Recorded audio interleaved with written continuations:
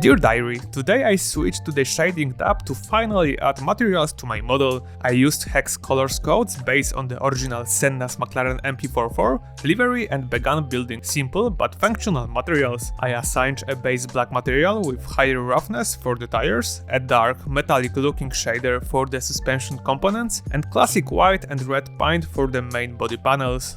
The main challenge during this stage was separating largest parts of the mesh into smaller sections so that I could assign multiple materials to a single object. To achieve this, I used the knife tool to divide quads into smaller faces. Sometimes this process creates triangles and I'm still unsure whether I should always avoid them or if they are acceptable in certain situations. If someone more experienced reads this, I would definitely appreciate the advice. Learning typology is still a big part of my journey.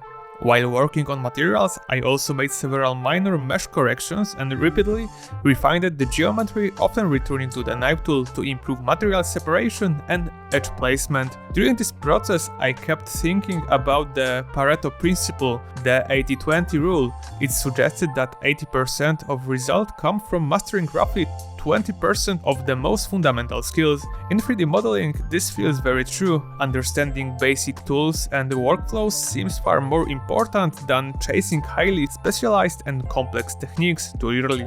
After finishing the car itself, I created a very simple environment. I modeled curbs using a cube with added loop cuts, used a plane as a track surface, and built a fence by applying an array modifier to duplicated cubes. The goal was not realism, but providing context for the final render.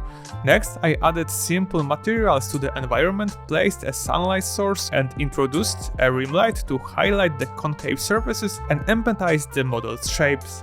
Finally, I pressed render. The result can be found as always on my YouTube page. This project is now finished. Tomorrow I will start a new one to maintain my daily learning routine and keep improving step by step. Thanks for following me during this learning journey. Keep modeling, keep improving, and see you next time.